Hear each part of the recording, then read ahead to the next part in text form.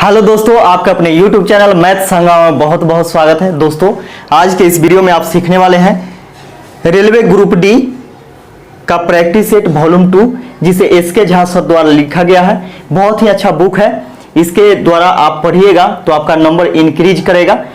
तो आइए, इस वीडियो को बनाने से पहले मैं आपको बतला दूं कि मैंने इससे पहले का जो वीडियो है यानी प्रैक्टिस सेट 16 तक, वो सभी वीडियो का लिंक इस वीडियो के डिस्क्रिप्शन बॉक्स में डाल दिया है, वहां से जाकर के आप उसे देख सकते हैं। और हाँ, मेरा टेलीग्राम चैनल को आप ज्वाइन करना चाहते हैं तो उसका भी लिंक इस वीडियो के डिस्क्रिप्शन में है, जाकर के आप ज्वाइन हो सकते हैं। वहां से आपको पीडीएफ ये सब मिलता है। तो आइए हम लोग शुरू करते हैं बिना देर किए हुए। इसमें आपको पूरे 46 से लेकर के और 70 तक का क्वेश्चन मिलने वाला है, पूरे 25 क्वेश्चन। इसका पहला क्वेश्चन देखिएगा, 46 नंबर।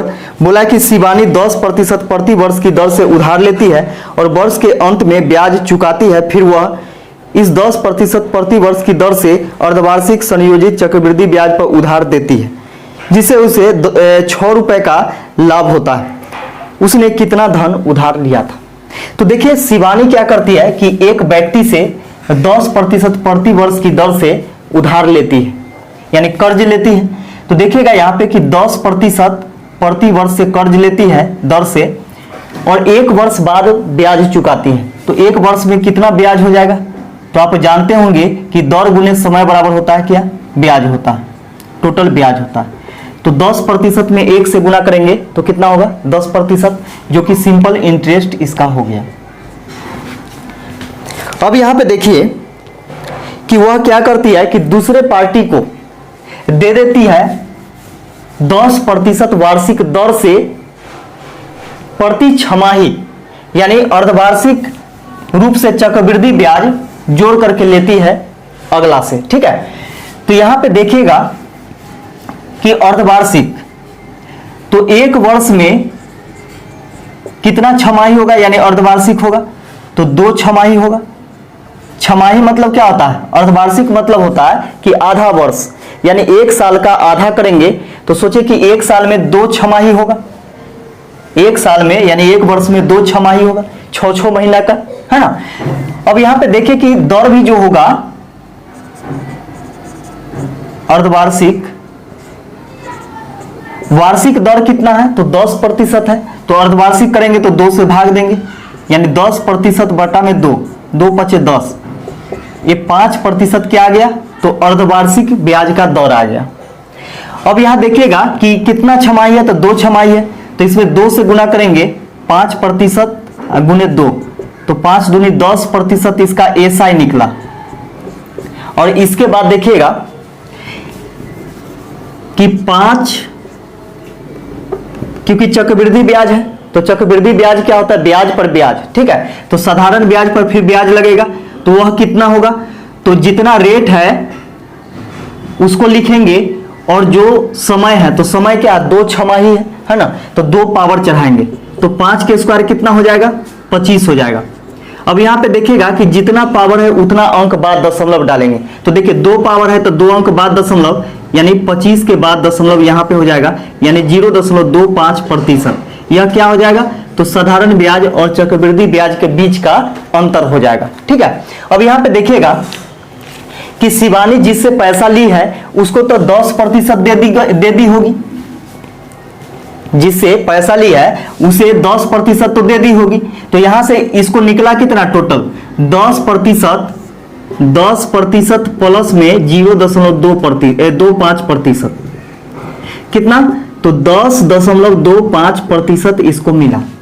अब सोच के देखिए कि 10.25% इसको मिला, जबकि 6 रुपया लाभ कमाती है। तो हम लोग देखते हैं कि ये प्रतिशत में कितना लाभ कमाती है।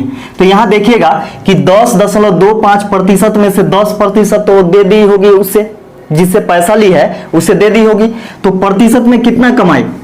तो 0.25% शिवानी कमाई है दूसरे पार्टी से, है ना, लेकिन कमाई है 6 रुपया। दोनों बात बराबर हो गया। यहां से हम लोग क्या करते हैं कि बटा में 100 डालते हैं। 25 से कम 25, 25 चौके 100, तो 1% का वैल्यू हो जाएगा, 4 इधर भाग में उधर जाएगा तो गुना में, तो 6 चौके 24, 1% का वैल्यू 24 हो गया, तो 100% ली होगी पैसा, तो 100% बराबर हो जाएगा 2400 रुपए। तो शिवानी कितना रुपया उधार ली थी? तो 2400 रुपए ली थी, यही इसका आंसर हो जाएगा। अगला क्वेश्चन देखिएगा। अगला क्वेश्चन है कि सुनील अपनी आय का 40% अपने बड़े पुत्र को देता है, शेष आय का 30% अपने छोटे पुत्र को देता है और बाकी बची आय का 20% अपने दोस्त को देता है। अब अनिल के पास 504 रुपए की धनराशि शेष बचा हुआ है, तो बताएं कि उनकी कुल आय कितनी थी। तो माना कि अनिल की आय बराबर 100 रुपया, ठीक है, 100 रुपया अनिल की कुल आय है, 100 रुपया, और इसी में से सबको देगा। तो देखिएगा कि सुनील, अच्छा सुनील है ना, तो सुनील की कुल आय कितना है? तो 100 रुपया है, और सुनील अपनी आय का 40% अपने बड़े पुत्र को दे देता है। तो सोचिए 40% दे दिया तो बचा कितना? शेष बचा कितना? कोई भी चीज अपने आप में 100% होता है, ठीक है, तो 40% दे दिया तो बचा कुल आय का 60% बचा, प्रतिशत मतलब बटा में 100। अब इतना शेष इसके पास बच गया है सुनील के पास, ठीक है। अब बोला क्या कि शेष आय का, यानी शेष आय इसके पास अब इतना बचा हुआ है, शेष आय का 30% अपने छोटे पुत्र को देता है। तो सोचिए कि शेष आय का 30% दे दिया तो बचा कितना? तो 70%।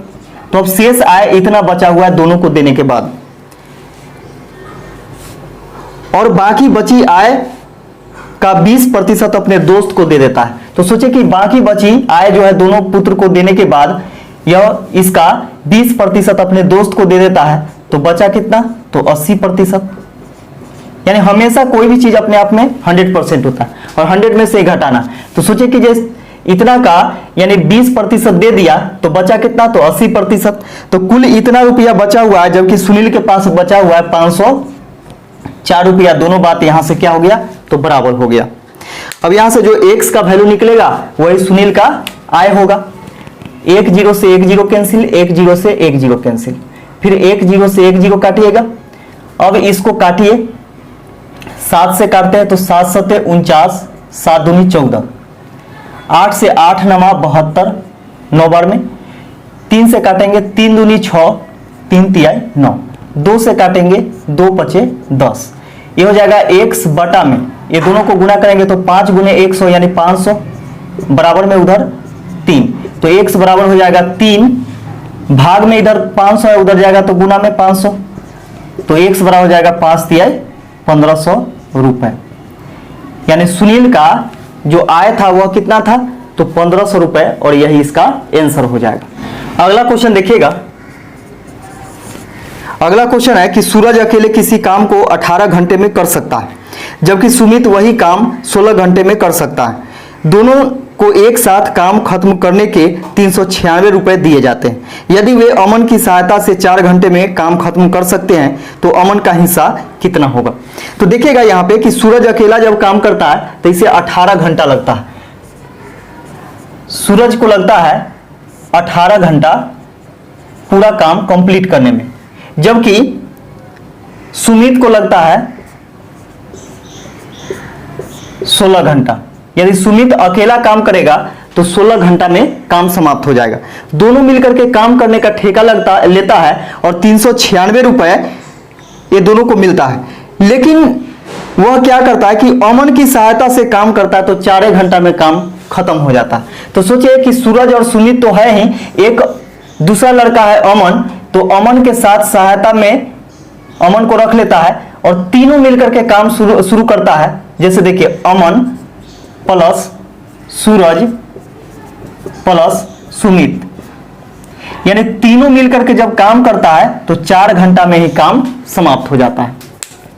अब यहां से इसका एलसीएम निकालेंगे, 18, 16 और 4 का एलसीएम निकालेगा तो 144 आएगा। 18 से काटेंगे तो 8 बार में कट जाएगा 144, 16 से काटिएगा तो 9 बार में कट जाएगा, जबकि 4 से इसे भाग दीजिएगा तो 4 3 12, 4 6 24 यानी 36 बार में यह कट जाएगा। अब यहां पे देखिए कि काम हो गया खत्म, काम हो गया खत्म और पैसा बांटा जाएगा, क्योंकि काम खत्म होने के बाद ही पैसा दिया जाएगा। तो हो गया काम खत्म, और जिस क्षमता से काम करेगा उसी क्षमता से पैसा बटाएगा। तो यहां पे देखिएगा कि सूरज को मिलेगा कितना रुपया। तो सूरज क्या करता है कि प्रति घंटा 8 काम करता है, सूरज प्रति घंटा 8 काम करता है, सुमित प्रति घंटा 9 काम करता है। और यहां पे देखिए कि सूरज और सुमित ये दोनों का मान रख करके हम 36 में से घटा देंगे तो अमन का निकल जाएगा, अमन का यहां से निकल जाएगा। तो देखिएगा कि 36 है और ये दोनों को जोड़ करके और घटा दीजिएगा तो 9 8 17, 17 घटाइएगा इसमें से तो 19 बचेगा, 19। अमन का कितना हो गया, 19 हो गया। तो जिस हिसाब से जो काम करेगा उसी हिसाब से पैसा बटाएगा। तो क्षमता है, सूरज का क्षमता क्या है कि प्रति घंटा 8 काम करेगा, सुमित का क्षमता है कि प्रति घंटा 9 काम करेगा, जबकि अमन का क्षमता है कि प्रति घंटा 19 काम करेगा। तो देखिएगा यहां पे कि प्रति घंटा 19 काम करेगा कौन, अमन। तो इसी हिसाब से पैसा बटाएगा। तो कुल पैसा मान के चलिए सूरज को 8 रुपया मिलेगा, सुमित को 9 रुपया और अमन को 19 रुपया, यह अनुपात में मिला। जबकि ये तीनों को जोड़ेंगे तो कितना हो जाएगा, 36 हो जाएगा।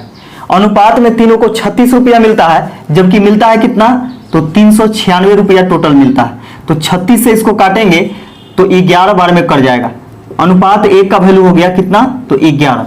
अब हम लोगों से पूछा है कि अमन का हिस्सा कितना होगा। तो देखिएगा कि अमन का हिस्सा अनुपात में 19 है, तो अनुपात 1 का वैल्यू 11, तो 19 का वैल्यू कितना हो जाएगा, 19 गुने 11। 11 से गुना कीजिएगा, 11 नमा 99 के 9, 11 कम 11, 11 9 20, यानी 209 रुपए किसको मिलेगा, तो अमन को मिलेगा। यही इसका आंसर हो जाएगा। अगला क्वेश्चन देखिएगा, अगला क्वेश्चन है कि यदि sec theta minus ten theta बराबर 2 माइनस √3 हो तो टेन थीटा बराबर क्या होगा, टेन थीटा बराबर क्या होगा, यानी व्हाट पूछ रहा है। तो यहां से समझिएगा कि यहां पे आप डायरेक्ट भी आंसर दे सकते हैं। कैसे, तो देखिएगा कि सेक 60 डिग्री का मान, सेक 60 डिग्री का मान होता है 2। देखिए सेक थीटा है, यहां पे थीटा की जगह क्या रखेंगे, 60 डिग्री। तो सेक 60 डिग्री का मान होता है 2 होता है, जबकि टेन 60 डिग्री का मान होता है, टेन 60 डिग्री का मान होता है √3। तो यहां से हम लोगों से पूछा था कि टेन थीटा बराबर कितना होगा। तो देखिए टेन थीटा बराबर कितना हो जाएगा, तो √3 हो जाएगा और यही आपका आंसर हो जाएगा। आप ऐसे भी इसे बना सकते हैं, जैसे मान के चलिए कीजिए sec theta minus ten theta बराबर 2 माइनस √3 दे दिया। अब इसको हम लोग को कटाना है, तो कटाएंगे तो कैसे कटाएंगे, तो एक माइनस में एक प्लस में मान लेते हैं। तो यहाँ पे देखिएगा कि sec theta plus ten theta बराबर, अब देखिए माइनस में तो इतना हो गया, प्लस में लिखेंगे तो क्या हो जाएगा, 2 प्लस √3 हो जाएगा। अब यहां से देखिए कि माइनस प्लस वाला कट जाएगा, कैंसिल हो गया। यहां पे भी देखिए माइनस प्लस वाला कैंसिल हो गया। तो sec theta plus sec theta यानी 2 सेक थीटा, 2 सेक थीटा बराबर हो जाएगा 2 2 4 हो जाएगा। 2 से काटिएगा तो 2 दूनी 4, यानी सेक थीटा बराबर हो जाएगा आपका 2। तो सेक थीटा बराबर 2 हो जाएगा। तो सेक कितना का मान 2 होता है, तो सेक जो सेक 60 डिग्री का मान होता है 2, सेक 60 डिग्री का मान होता है 2। तो देखिए यार थीटा का मान कितना हो गया, 60 डिग्री। तो थीटा का मान 60 डिग्री हो गया, यानी थीटा बराबर 60 डिग्री। तो हम लोगों से पूछा है टेन थीटा, तो देखिएगा कि यहाँ पे टेन थीटा की जगह क्या रखेंगे, तो 60 डिग्री, और टेन 60 डिग्री का मान होता है √3। तो यही आपका आंसर हो जाएगा। तो आप यहां से भी आप लिख सकते थे डायरेक्ट, और यहां से भी आप निकाल करके इसको लिख सकते हैं। तो यही आपका आंसर हो गया कि टेन थीटा बराबर क्या हो जाएगा, तो √3 हो जाएगा, और यही आपका आंसर हो जाएगा। अगला क्वेश्चन देखिएगा, अगला क्वेश्चन कहता है कि बस में यात्रा करते हुए एक आदमी 1 मिनट में 16 बिजली के खंभे गिनता है। देखिए 16 बिजली का खंभा इस प्रकार है, ऐसे करके, ठीक है, और गिनता है कितना, 16 खंभा,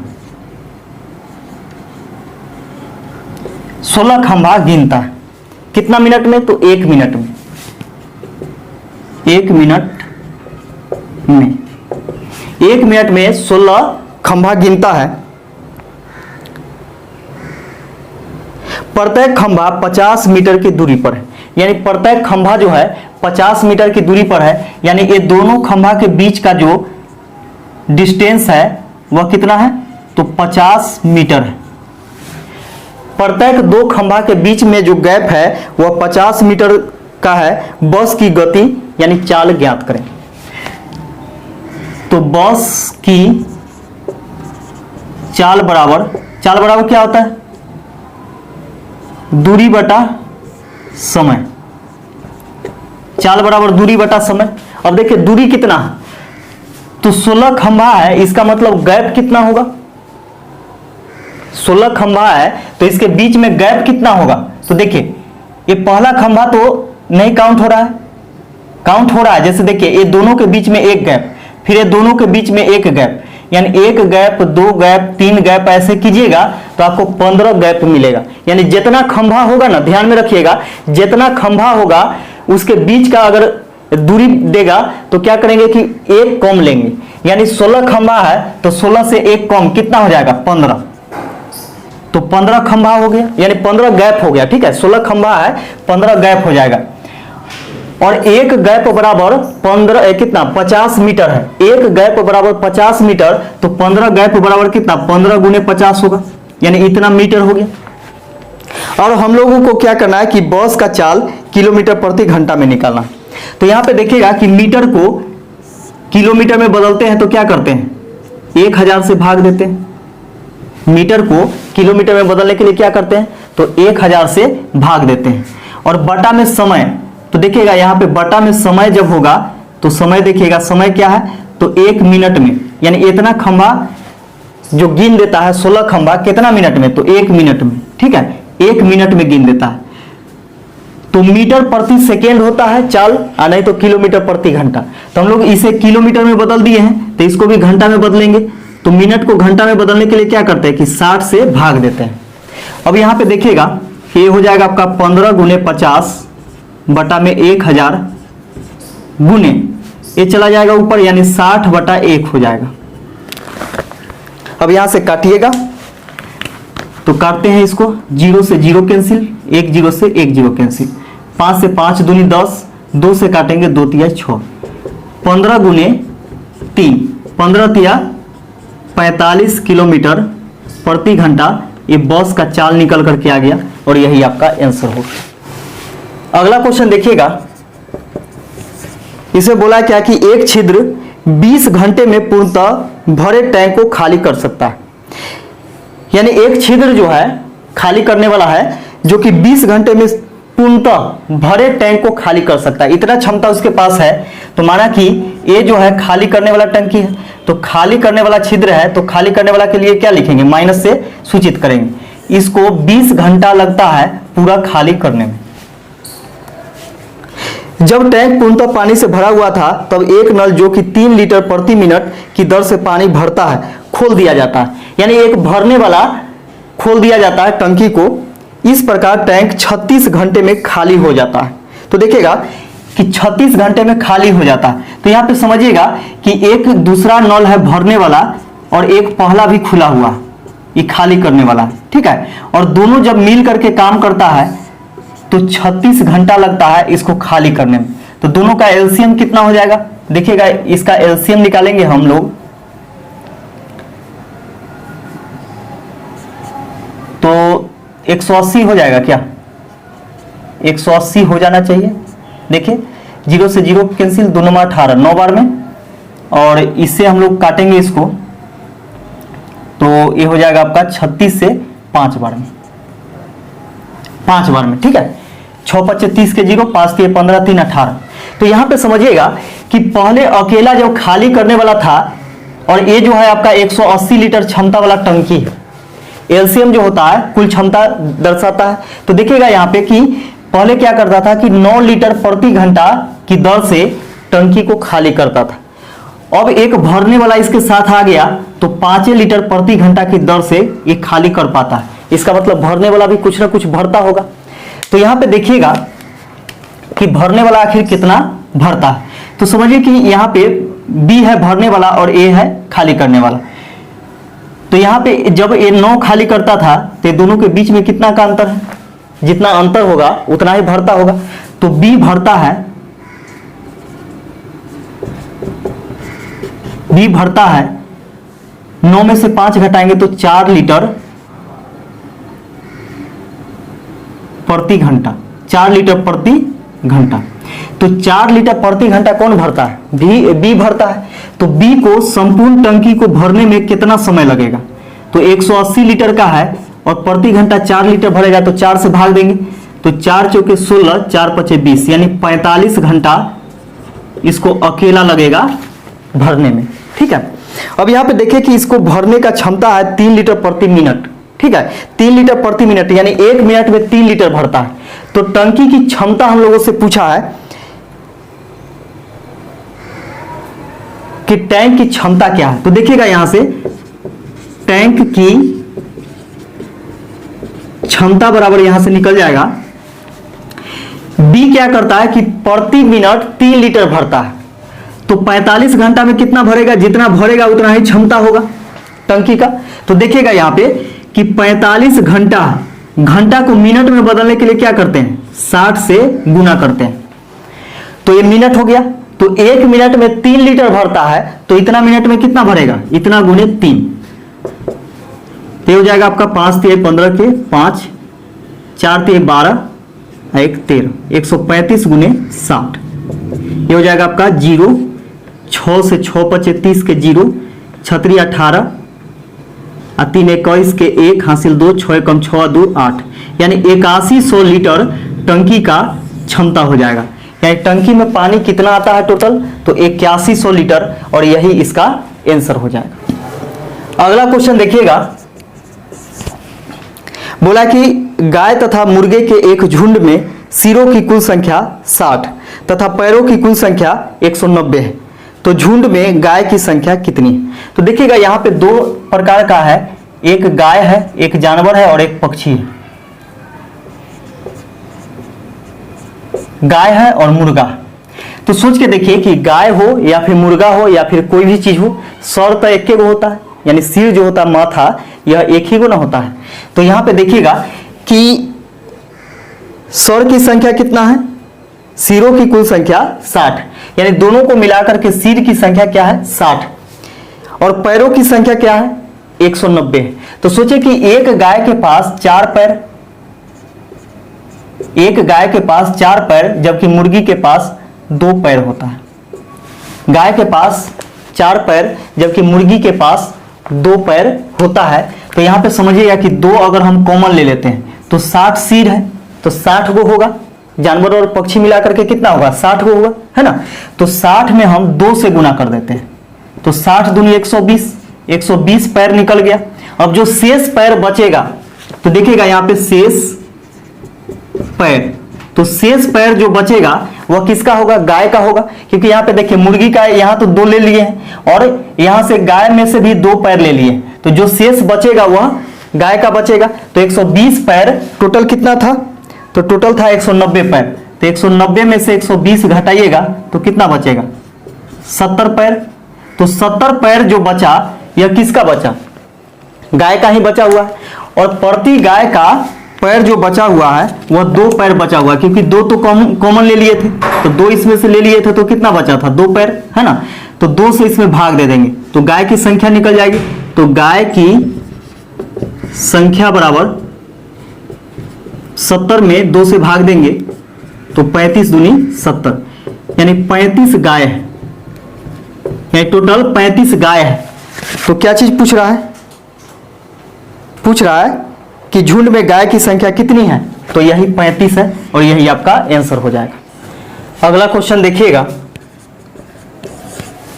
इसे बोला है क्या कि यदि एक वितरण का प्रसारण या प्रसरण 144 है और विचरण गुणांक 40% है तो माध्य ज्ञात कीजिए। तो देखिएगा यहां पे कि मानक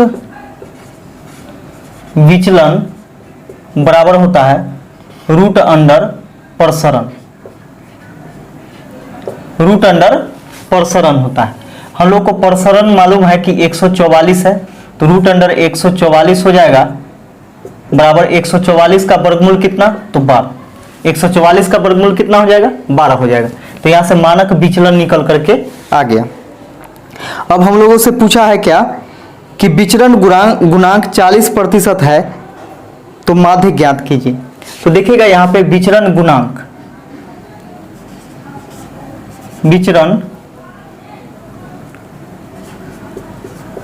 गुणांक बराबर होता है मानक विचलन बटा में माध्य और गुने 100%, ये चीज होता है। तो यहां पे देखिए कि विचलन गुणांक, तो विचलन गुणांक कितना है, तो 40% है, तो 40% बराबर मानक विचलन निकल करके कितना है, तो 12 बटा में माध्य निकालना है, तो माध्य गुने 100%, प्रतिशत से प्रतिशत कैंसिल, 0 से 0 कैंसिल, 4 से काटेंगे तो 4 एकम 4, 4 तिहाई 12, माध्य इधर गुना में आएगा तो 1 में माध्य से गुना करेंगे तो माध्य हो जाएगा, माध्य बराबर 10 तिहाई 30, तो माध्य बराबर निकल करके कितना आ गया, तो 30 निकल करके आ गया, और यही आपका आंसर हो जाएगा। अगला क्वेश्चन देखिएगा कि सुमित 2 कुर्सियां बेचता है, पहली कुर्सी का विक्रय मूल्य दूसरी कुर्सी के क्रय मूल्य के बराबर है, यानी पहली कुर्सी का जो विक्रय मूल्य है दूसरी कुर्सी के क्रय मूल्य के बराबर है। पहली कुर्सी को 40% के लाभ पर और दूसरी कुर्सी को 40% की हानि पर बेचता है, तो पहली कुर्सी का क्रय मूल्य और दूसरी कुर्सी का विक्रय मूल्य के बीच में क्या अनुपात होगा। तो यहां पे देखिएगा कि पहला कुर्सी है और यह दूसरा कुर्सी है, ठीक है। तो यहां पे इसका क्रय मूल्य लिखते हैं और इसका विक्रय मूल्य, यानी सीपी मतलब कॉस्ट प्राइस क्रय मूल्य हो गया, और एसपी मतलब सेलिंग प्राइस यानी विक्रय मूल्य। तो देखिएगा कि पहली कुर्सी को 40% के लाभ पर बेचता है, तो देखिएगा कि 40% बराबर क्या होता है, तो 40% बराबर होता है 2/5। इसका मतलब है कि 5 रुपया में खरीदा होगा और 7 रुपया में बेचा होगा, 5 रुपया में खरीदा होगा और 7 रुपया में बेचा होगा। फिर आगे कह रहा है क्या कि दूसरी कुर्सी को 40% की हानि पर बेचता है, तो देखिए दूसरी कुर्सी को 40% की हानि पर बेचता है, तो 40% बराबर यही 2/5, यानी 5 रुपया के कुर्सी को बेच देता है हानि पर, यानी 2 रुपया हानि होता है, तो 3 रुपया में ही बेच देता है। इस चीज को आप समझ गए होंगे। अब यहां पे देखिए शुरू में दे रखा है कि सुमित 2 कुर्सियां बेचता है, पहली कुर्सी का विक्रय मूल्य और दूसरी कुर्सी के क्रय मूल्य बराबर। तो देखिएगा पहले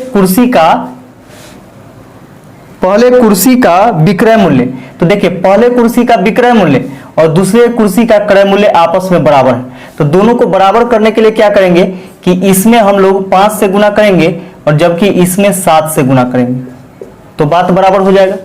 जैसे देखिए यहाँ पे अगर बात बराबर करेंगे तो यहां से देखिए 5 से गुना करेंगे तो ये हो जाएगा 50-25, ये हो जाएगा आपका 7-5-35 बराबर 7 से 7-5-35 और 7-21। अब यहां पे देखिए कि दूसरे कुर्सी का पहले कुर्सी का विक्रय मूल्य और दूसरे कुर्सी का क्रय मूल्य आपस में क्या हो गया, बराबर हो गया कि नहीं, बराबर हो गया। तो यहां से पूछा है कि पहली कुर्सी का क्रय मूल्य, पहले कुर्सी का क्रय मूल्य यानी पहली कुर्सी का क्रय मूल्य और दूसरे कुर्सी का विक्रय मूल्य का अनुपात पूछा है कि क्या होगा। तो देखिएगा कि पहले कुर्सी का क्रय मूल्य, तो पहले कुर्सी का क्रय मूल्य कितना है, तो 25 है, और दूसरे कुर्सी का विक्रय मूल्य कितना है, तो 21 है, यही ना है। अब इसका अनुपात पूछा है, तो अनुपात में कटता है, इसको काटिएगा, कटेगा कि नहीं कटेगा, नहीं कटेगा, तो 25:21 आपका आंसर हो जाएगा। अगला क्वेश्चन देखिएगा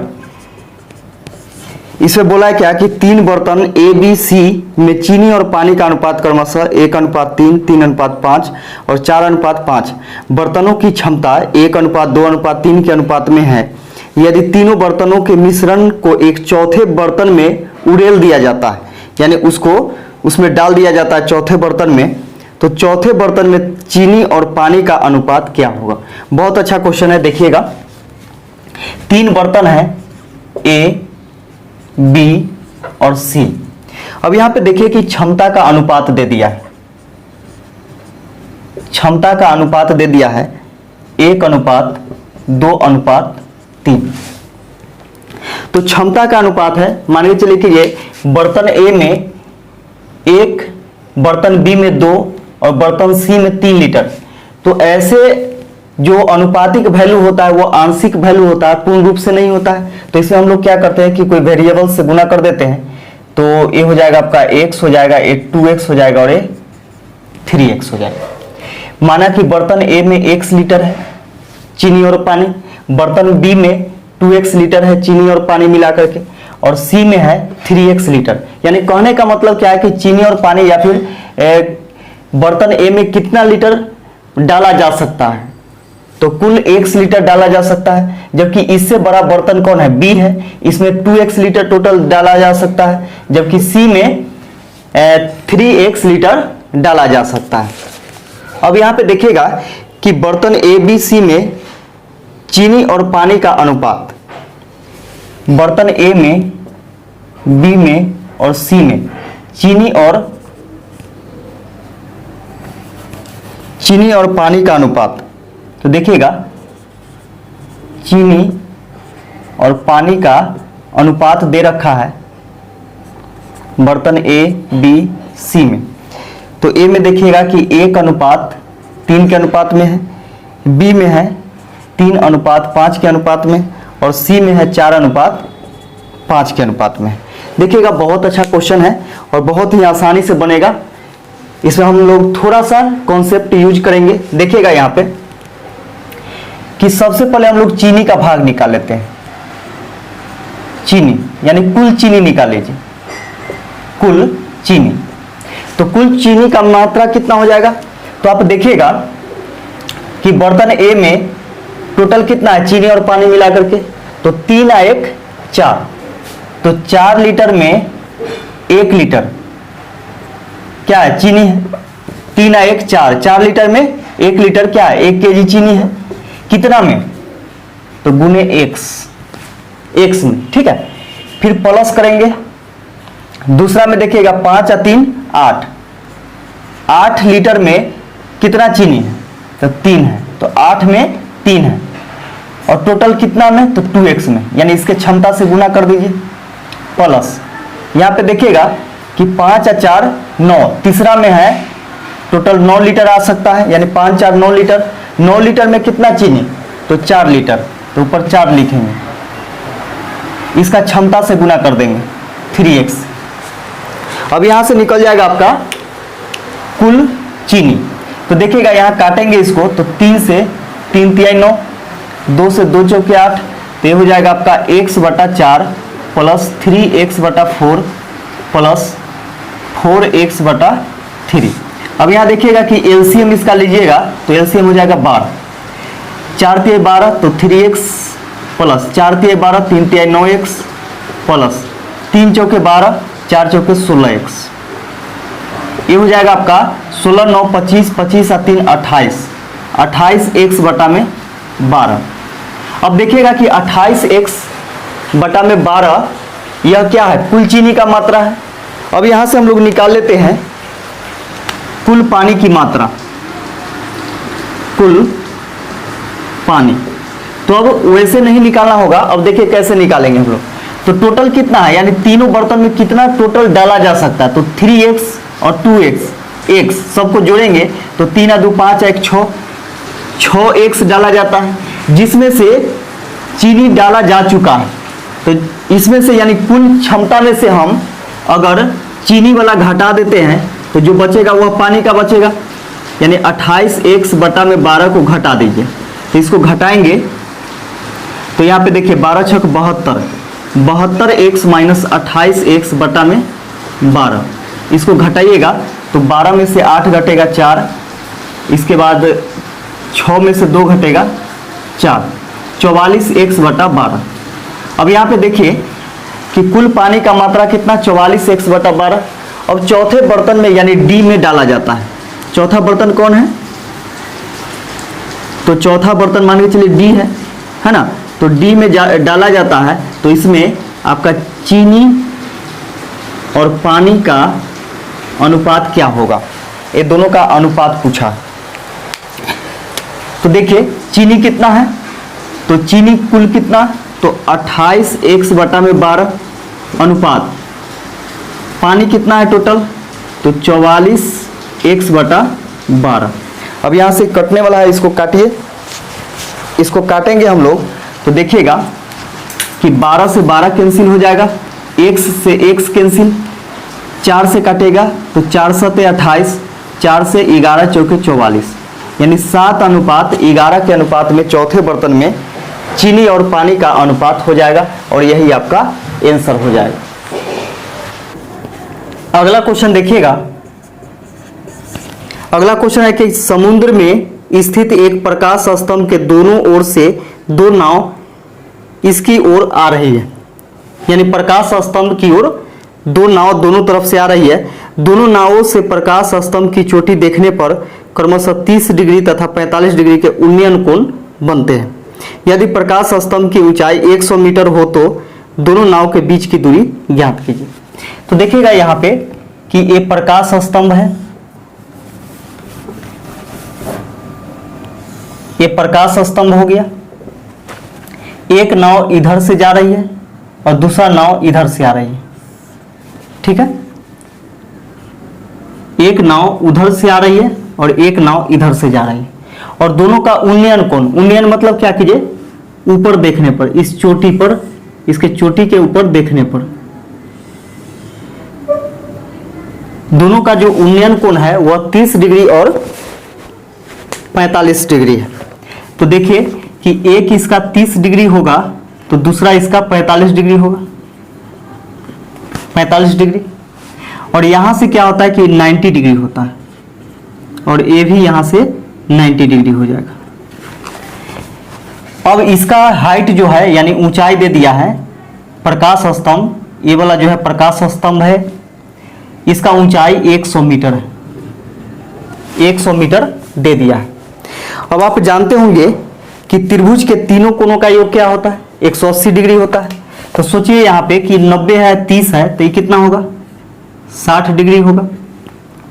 ये 45 है 90 है तो ये कितना होगा, 45 होगा, 45 डिग्री होगा। अब हम लोगों से पूछा है कि दोनों नाव के बीच का दूरी, यानी यहां से लेकर के और यहां तक का दूरी पूछा है कि कितना होगा, तो माना कि x होगा, है ना। तो यहां पे देखिएगा कि हम लोग अनुपात निकालते हैं डिग्री में, तो 30 डिग्री, 60 डिग्री और 90 डिग्री का अनुपात क्या होता है, तो 30 का होता है 1, 60 का होता है √3 और 90 का होता है 2। ये होता है अनुपात में। इसके बाद आप देखिएगा कि 45 45 90 का क्या होता है, ये हो गया आपका। फिर 45 डिग्री 45 डिग्री और 90 डिग्री का अनुपात होता है 1 अनुपात √2, 1 अनुपात √2 होता है। तो यहां से आप समझिएगा ये होता है। अब यहां से समझिएगा कि 45 डिग्री के सामने का ए वाला होता है, 90 डिग्री के सामने ए वाला होता है और 45 डिग्री इसके सामने ये आधार होता है। यानी 90 डिग्री के सामने क्या होता है, कर्ण होता है। ये वाला 45 के सामने क्या हो जाएगा, लंब हो जाएगा और ये वाला 45 के सामने आधार हो जाएगा। इसका मतलब 45 का वैल्यू क्या हो गया, तो अनुपात में 1 हो गया।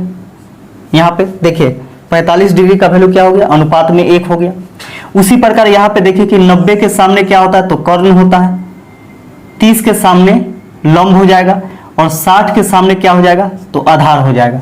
तो 60 डिग्री का वैल्यू यहाँ से पूछ रहा है, तो 60 डिग्री के सामने क्या लिखेंगे, तो देखिए √3, √3। तो ये दोनों को अगर हम जोड़ देते हैं यानी x बराबर हो जाएगा √3 और +1, यानी यहां से लेकर के यहां तक का दूरी पता चल जाएगा। अब यहां पे समझिएगा कि यहां पे दिया गया है 45 डिग्री। 45 डिग्री का वैल्यू क्या है? अनुपात में 1। देखिए 45 डिग्री का वैल्यू क्या है? अनुपात में 1 है, जबकि है कितना? तो 100 मीटर है। दोनों बात बराबर। अनुपात 1 का वैल्यू यहां से निकल करके आ गया 100 मीटर। तो यहां से इसका वैल्यू हम लोग को निकालना √3 + 1 का। √3 का वैल्यू जो होता है वह होता है 1.732 होता है, तो 73 ले लेते हैं, प्लस में 1,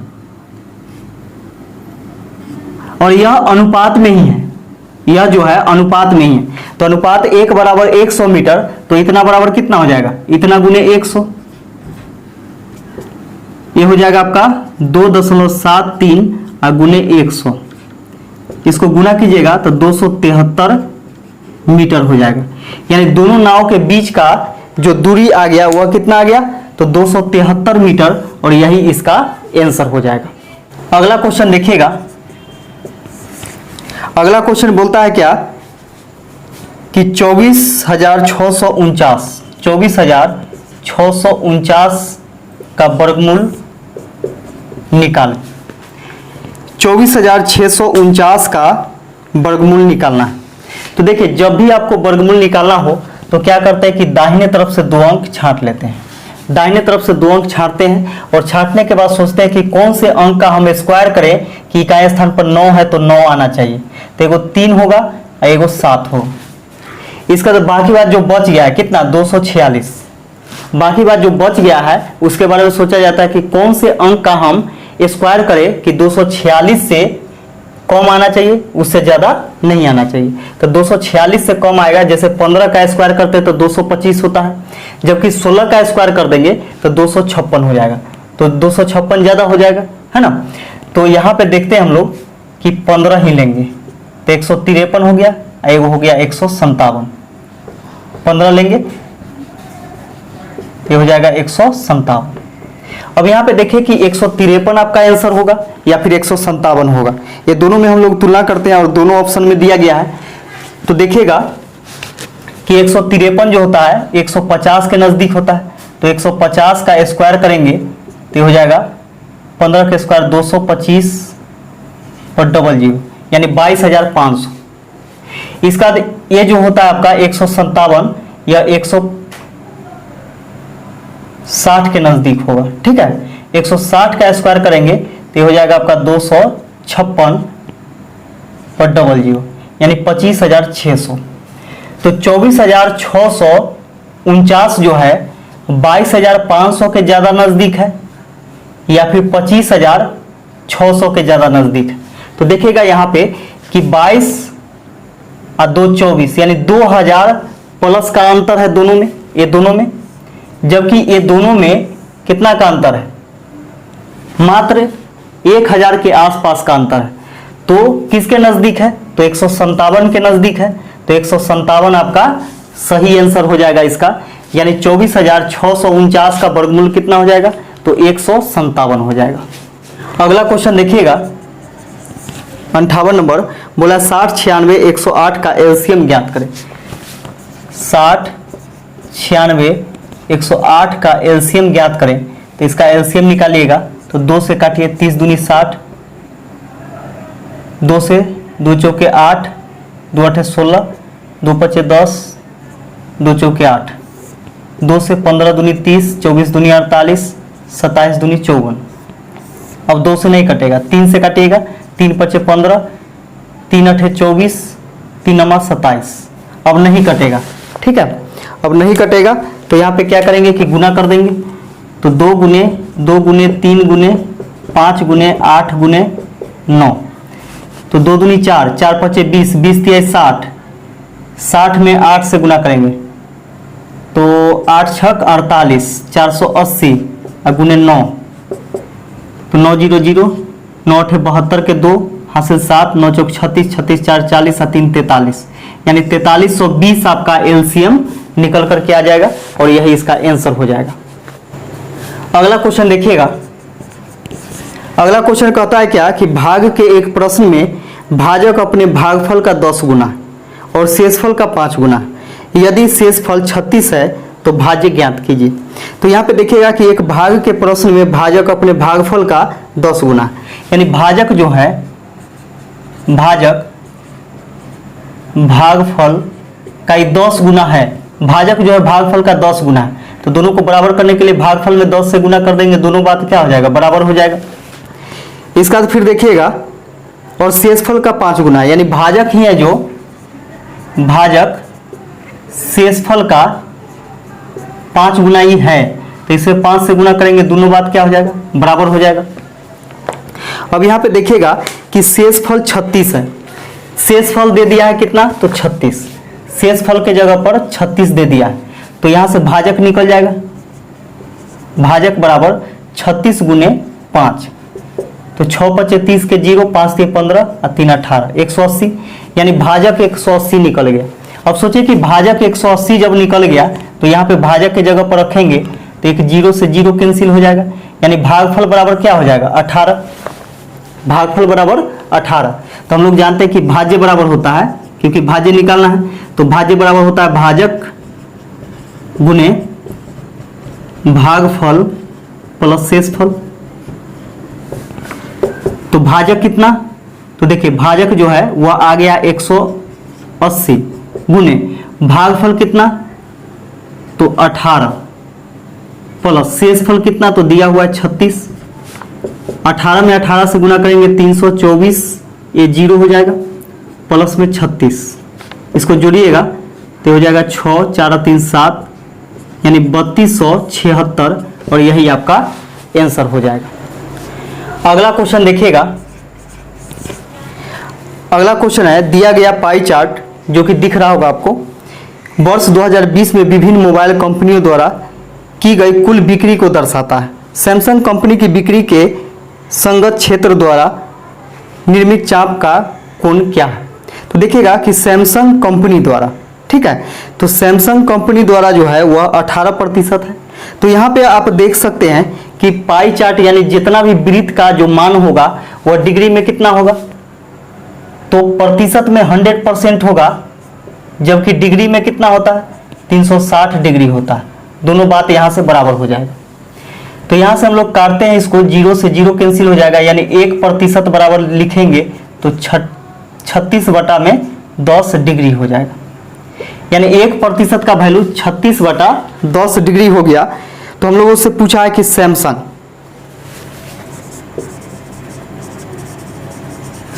का जो बिक्री हुआ है वह कितना हुआ, तो 18%, यानी हम लोग को 18% का वैल्यू निकालना है। तो यहां से आप देख सकते हैं कि 1% बराबर 36 बटा 10, तो 18% बराबर क्या हो जाएगा, तो 36 गुने 18 और बटा में 10, इसको गुना करेंगे, 18 छक 108 हासिल 10, 18 तिहाई 54, 54 और 10 64 बटा में 10, 10 से भाग दीजिएगा तो 64.8 डिग्री, यानी इतना बेचा गया सैमसंग के द्वारा, यानी सैमसंग कंपनी का बिक्री जो है 64.8 डिग्री बिक्री हुआ है, और यही इसका आंसर हो जाएगा। अगला क्वेश्चन देखिएगा, अगला क्वेश्चन है कि 10 वर्ष बाद शान की आयु करण की 10 वर्ष पहले की आयु से दोगुनी हो जाएगी। यदि वर्तमान में शान की आयु करण की आयु से 9 वर्ष अधिक है तो करण की वर्तमान आयु कितनी है। यहाँ पे देखिएगा कि वर्तमान में शान की आयु जो है करण की आयु से 9 वर्ष अधिक है, यानी शान की आयु जो है करण की आयु से वर्तमान में, देखिए वर्तमान में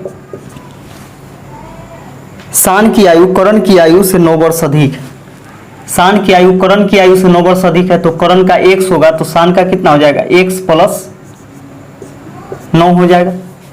वर्तमान में बोला कि 10 वर्ष बाद शान की आयु, तो 10 वर्ष बाद शान की आयु, अभी वर्तमान में x + 9 है, तो 10 वर्ष बाद कितना हो जाएगा, तो x + 9 + 10 ठीक है। करण की 10 वर्ष पहले की आयु, तभी वर्तमान में अगर x वर्ष का है तो 10 वर्ष पहले कितना हो जाएगा, x माइनस 10। तो इसका हो गया शान का 10 वर्ष बाद का आयु, और करण के 10 वर्ष पहले की आयु से दोगुनी हो जाएगी। तो यह दोगुनी हो गया, यानी शान की आयु जो है करण की आयु के दोगुना हो गया है। तो इसमें 2 से गुना करेंगे तो दोनों बात क्या हो जाएगा, बराबर हो जाएगा। तो करण की वर्तमान आयु पूछ रहा है कि क्या होगा, तो यहां से हम लोग निकालेंगे तो हो जाएगा x प्लस 10 और 9 19 बराबर में 2x माइनस 10 दूनी 20। इसको इधर घटाते हैं, चाहे इसको इधर घटाइए इसको इधर लाइए, तो 2x में से x घटेगा तो x बचेगा, और 20 उधर माइनस में इधर आएगा तो प्लस में, तो कितना हो जाएगा 20 और 19 39 हो जाएगा। तो करण का वर्तमान आयु हम लोगों से पूछा है, जबकि वर्तमान आयु कितना है करण का x है, और x बराबर 39 वर्ष निकल गया, और यही इसका आंसर हो जाएगा। अगला क्वेश्चन देखिएगा, अगला क्वेश्चन है रूट अंडर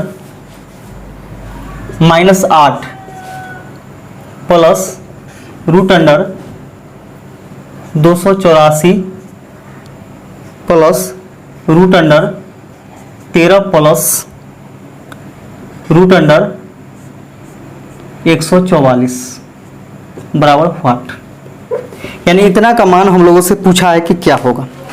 तो देखिएगा, इसको बनाना हम लोग इधर से शुरू करेंगे और डायरेक्ट बनाएंगे, ठीक है।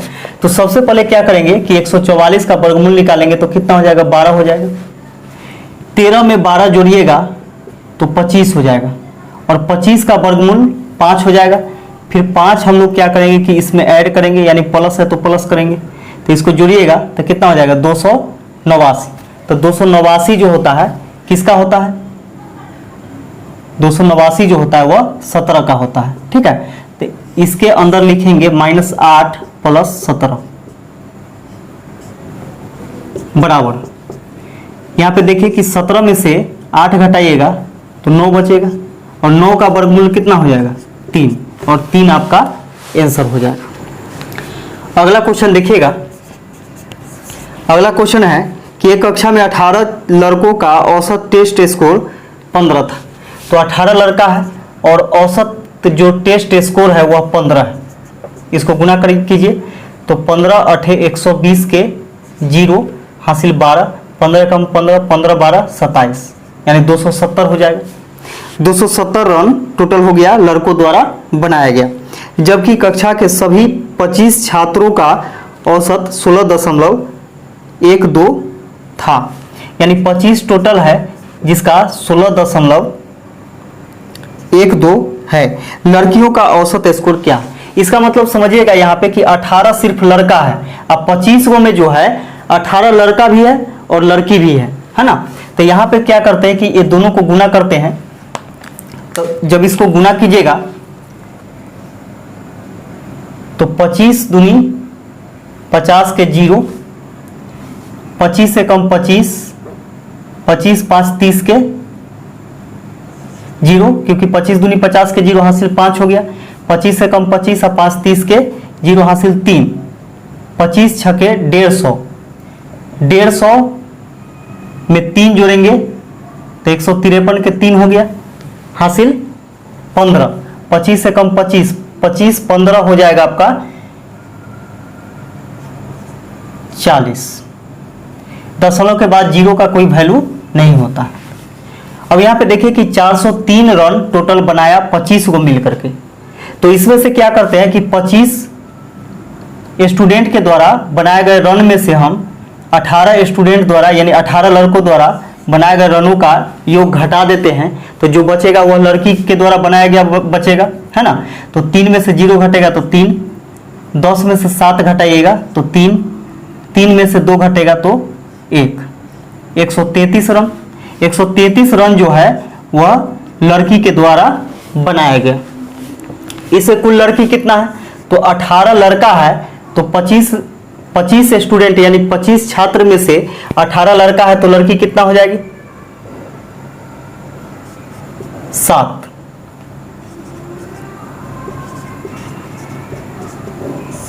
7 लड़कियां हैं, तो यहाँ पे देखिए कि एवरेज जो होगा लड़की द्वारा बनाया गया तो 133 अब बटा में 7, 7 एकम 7, 6 बचेगा, 7 नामा 63, यानी 19 रन एवरेज में किसके द्वारा बनाया गया है, तो लड़की द्वारा।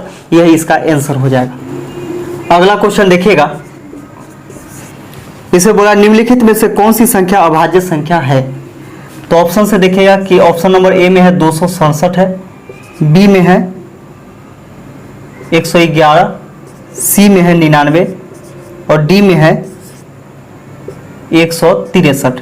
तो अभाज्य संख्या किसे कहते हैं, जो एक और स्वयं के अलावा किसी से न कटे, यानी एक और खुद के अलावा किसी से न कटे, तो वह अभाज्य संख्या होता है। जबकि यहाँ पे देखिएगा कि 7 और 6 13, 13 2 15, 15 जो है यानी योग क्या आ रहा है, 15 आ रहा है, यानी 3 के नियम से कट रहा है, तो ये वाला नहीं होगा अभाज्य संख्या।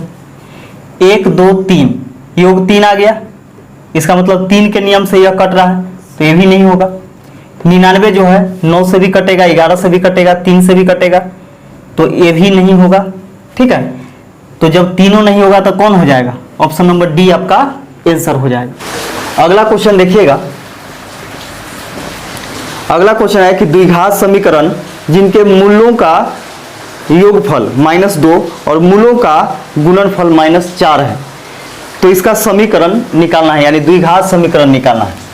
तो देखिएगा कि द्विघात समीकरण निकालने का फॉर्मूला होता है कि x² माइनस मूलों का योग इंटू x प्लस मूलों का गुणनफल बराबर 0, यही होता है। अब यहां से देखिएगा कि मूलों का योगफल कितना दिया हुआ है, -2 दिया हुआ है, तो x²। अब यहाँ पे x² क्यों लगाते हैं, तो ये सूत्र ही होता है। और द्विघात समीकरण मतलब क्या, कि जिसका घात 2, द्विघात समीकरण जो होता है जिसका पावर यानी 2 हो, तो यहाँ पे इसलिए यहाँ पे x² डाला जाता है। माइनस में मूलों का योग दिया हुआ है -2 इंटू x है, प्लस मूलों का गुणनफल दिया हुआ है कितना, तो -4 बराबर 0। ये हो जाएगा आपका x² माइनस माइनस क्या हो जाएगा, प्लस 2 में x से गुणा करेंगे तो 2x हो जाएगा, प्लस माइनस -4 बराबर 0। यही आपका समीकरण निकल करके आ जाएगा, द्विघात समीकरण, और यही आपका आंसर हो जाएगा। अगला क्वेश्चन देखिएगा, इसमें है कि त्रिभुज ABC में AD कोण A का आंतरिक समद्विभाजक और भुजा BC को D पर मिलाता है। यदि BD बराबर 5 सेंटीमीटर, BC बराबर 7.5 सेंटीमीटर, तो AB अनुपात AC ज्ञात कीजिए। तो देखिएगा यहाँ पे एक त्रिभुज है,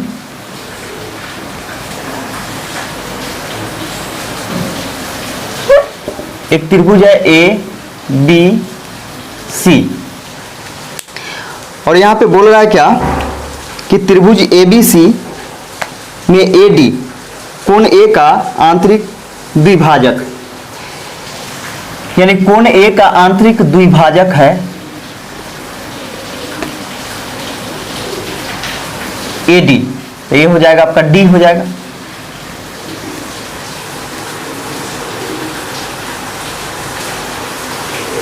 और भुजा BC को D पर मिलाता है। देखिए भुजा BC जो है इसको D पर मिलाता है, यानी ये जो है यहां पे आकर के मिल जाता है। आगे बोला कि BD बराबर 5 सेंटीमीटर, यानी B से D तक का जो दूरी है यह 5 सेंटीमीटर है, 5 सेंटीमीटर। BC बराबर 7.5 सेंटीमीटर, तो देखिए BC बराबर है यहां से लेकर के यहां तक 7.5 सेंटीमीटर है, 7.5 सेंटीमीटर। तो सोच के देखिए कि B से लेकर के C तक के 7.5 सेंटीमीटर है, जबकि B से लेकर के D तक के 5 सेंटीमीटर है। तो इसमें से हम इसको घटा देंगे तो बच जाएगा, यानी 7.5 में से 5 घटाइएगा तो 2.5 बचेगा। 2.5 सेंटीमीटर D से C तक का दूरी बच जाएगा, है ना। अब यहां पे हम लोगों से पूछा है तो AB अनुपात AC ज्ञात करें, यानी AB अनुपात AC बराबर व्हाट, ये चीज पूछा जा रहा है। तो यहां पे हम लोग देखते हैं क्या, अंतःकोण समद्विभाजक से देखते हैं, ये दोनों बराबर होता है, ये जो दोनों का कोण होता है द्विभाजक, ये दोनों कोण आपस में बराबर होता है। तो यहां पे इसका जो अनुपात बनता है, यह बनता है आपका AB बटा AC, AB अनुपात AC भी बोल सकते हैं। तो AB बटा AC बराबर BD बटा में CD, BD बटा CD। अंतःकोण समद्विभाजक से, अंतःकोण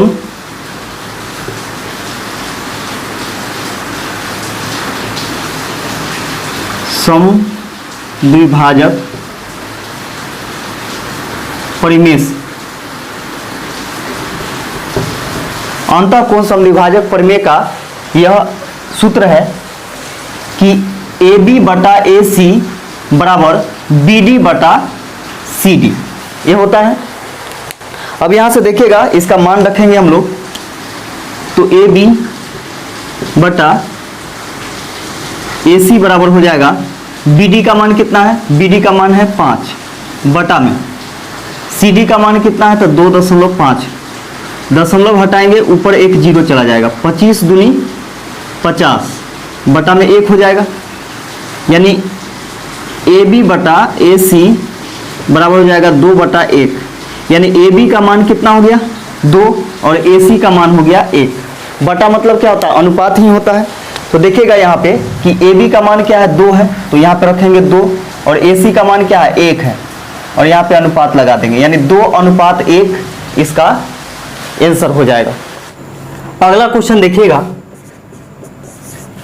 बोला क्या कि एक रेलगाड़ी प्लेटफॉर्म पर खड़े एक व्यक्ति को 8 सेकंड में पार कर सकती है तथा 264 मीटर लंबे एक प्लेटफॉर्म को 20 सेकंड में पार कर सकती है, रेलगाड़ी की लंबाई क्या है। तो यहाँ पे समझिएगा कि रेलगाड़ी अगर किसी व्यक्ति को पार करे तो व्यक्ति का लंबाई नहीं जुड़ता है, लेकिन प्लेटफॉर्म को पार करता है तो उसका लंबाई जुड़ता है। तो यहाँ पे चाल बराबर क्या होता है, दूरी बटा समय। चाल बराबर क्या होता है, दूरी बटा समय। तो दूरी क्या है, माना कि रेलगाड़ी का लंबाई x, माना कि रेलगाड़ी की लंबाई बराबर x, तो वही दूरी होगा, और कितना समय में, तो 8 सेकंड में पार कर जाता है, तो यह चाल होगी। इसके बाद क्या करता है कि 264 मीटर लंबे प्लेटफॉर्म को 20 सेकंड में पार कर जाता है। तो यहाँ पे क्या होगा कि रेलगाड़ी की लंबाई भी होगी और प्लेटफॉर्म की लंबाई भी, दोनों को जोड़ देंगे हम लोग, तो x प्लस 264, क्या कि रेलगाड़ी क्या कर रही है, प्लेटफॉर्म को पार कर रही है। तो दूरी निकल गया यहाँ पे, दूरी बटा समय, यानी चाल बराबर दूरी बटा समय, तो ये हो जाएगा 20। दोनों बात यहाँ से बराबर हो गया, काटेंगे इसको, दोनों चाल बराबर चाल कर दिए यहाँ से, तो 4 दूनी 8, 4 पचे 20, क्रॉस गुना कीजिएगा तो 5x बराबर ये हो जाएगा 2x प्लस 2 दूनी 4 दूनी 8, 6 दूनी 12 के 2, 2 दूनी 4 1 5, 528 हो जाएगा। 2x इधर घटा देते हैं तो 5x में से 2x घटेगा तो 3x बराबर बचेगा 528। 3 से इसको काटिएगा तो 3 एकम 3, 2 बचेगा 22, 3 सते 21, 3 छक 18, यानी x बराबर हो जाएगा 176 मीटर, यानी 176 मीटर लंबा क्या है, तो रेलगाड़ी की लंबाई निकल करके आ गया, और यही आपका आंसर हो जाएगा। अगला क्वेश्चन देखिएगा, इसे दिया गया है कि यदि x प्लस 1 बटा x बराबर √3 हो तो x के पावर 18 प्लस x के पावर 12 प्लस x के पावर 6 प्लस 1 बराबर क्या होगा, ये चीज पूछा जा रहा है। तो एक चीज ध्यान में रखिएगा कि जब x प्लस 1/x बराबर √3 हो तो x के पावर 6 बराबर होता है -1। x के पावर 6 बराबर क्या होता है, -1 होता है। तो x के पावर 6 के फॉर्म में इसको हम लोग तोड़ते हैं तो देखिएगा, इसको हम लिख सकते हैं x के पावर 6 और इसका पावर 3, क्योंकि पावर पर पावर होता है तो क्या होता है, पावर पावर गुना हो जाता है। तो फिर 6×3 18 हो जाएगा, प्लस में x के पावर 6 और इसका स्क्वायर लिखेंगे तो 6×2 12 हो जाएगा, प्लस में x के पावर 6 + 1, इस प्रकार लिख सकते हैं। और देखिए जहां पर भी x के पावर 6 है उसका वैल्यू क्या रखेंगे, -1 रखेंगे। तो यहाँ देखिएगा कि -1 रखते हैं, x के पावर 6 बराबर इसका पावर क्या, तो 3, प्लस x के पावर 6 के जगह -1 रखिएगा, इसका स्क्वायर, प्लस में x के पावर 6 के जगह -1 और +1। अब यहाँ पे समझिए कि बेस में यदि माइनस लगा हुआ रहे और पावर विषम संख्या हो तो जो आता है आंसर वह माइनस में आता है। तो यहाँ पे देखिए कि 1 के पावर चाहे जितना भी कीजिएगा तो 1 के होगा, और माइनस में होगा कि प्लस में, माइनस में होगा, यानी -1 होगा। क्यों, क्योंकि पावर विषम संख्या है। अब यहाँ पे देखिएगा कि माइनस लगा हुआ है बेस में, पावर सम संख्या है, तो जब पावर सम संख्या होता है तो प्लस में आता है, यानी +1 हो जाएगा, प्लस माइनस -1 और +1। अब यहाँ से हम लोग क्या करेंगे कि इसको काटेंगे, ठीक है। तो काटेंगे कैसे, तो देखिए एक माइनस में 1 एक प्लस में 1 दोनों कैंसिल, एक माइनस में 1 एक प्लस में 1 दोनों कैंसिल हो गया, ठीक है। बच गया क्या, तो 0, यही आपका आंसर हो जाएगा। अगला क्वेश्चन देखिएगा, बोला कि एक बेलन तथा शंकु के त्रिज्या का अनुपात 3:4 है तथा इसकी ऊंचाइयों का अनुपात 2:3 है, इनके आयतनों का अनुपात क्या होगा। तो यहाँ पे देखिएगा कि बेलन है, बेलन, और ये है शंकु, और इसके त्रिज्या का अनुपात जो है, त्रिज्या का अनुपात दे दिया है 3:4, और ऊंचाई का अनुपात है, ऊंचाई का अनुपात दे रखा है 2:3। तो इसके आयतन का अनुपात पूछा है।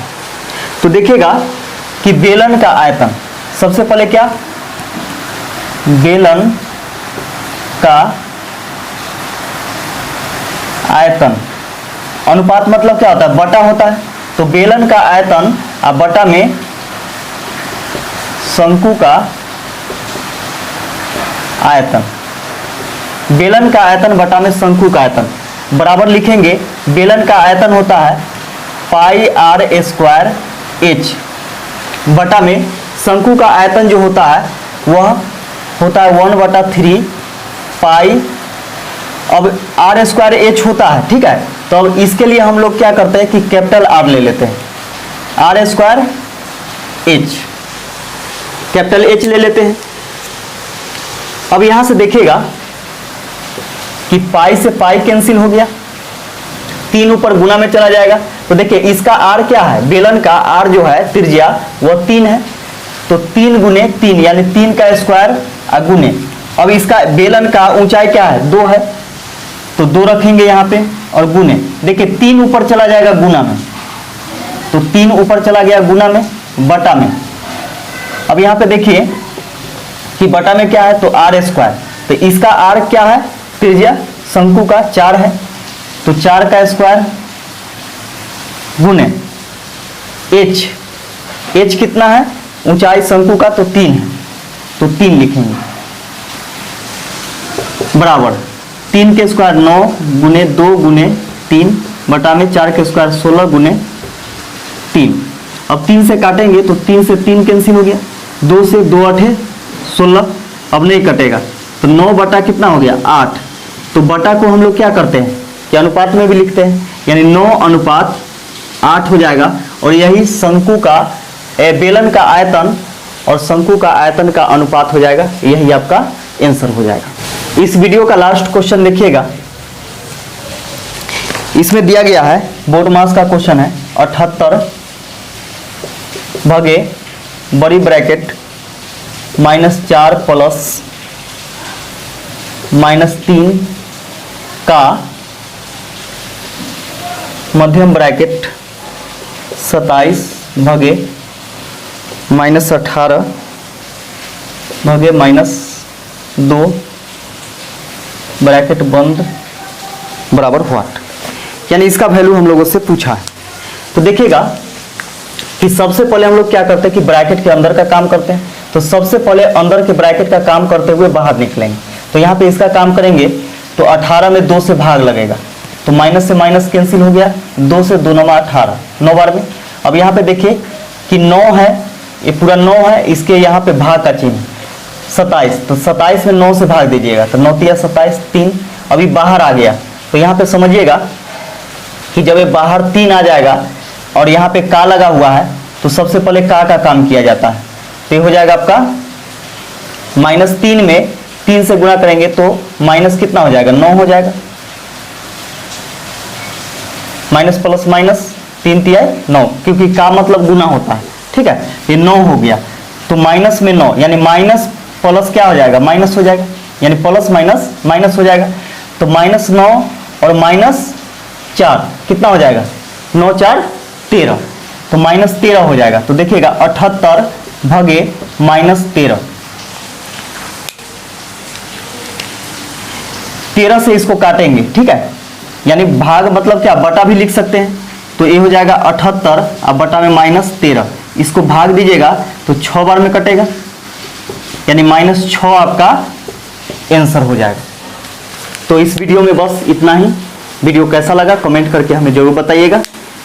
वीडियो देखने के लिए आप सभी को बहुत बहुत धन्यवाद।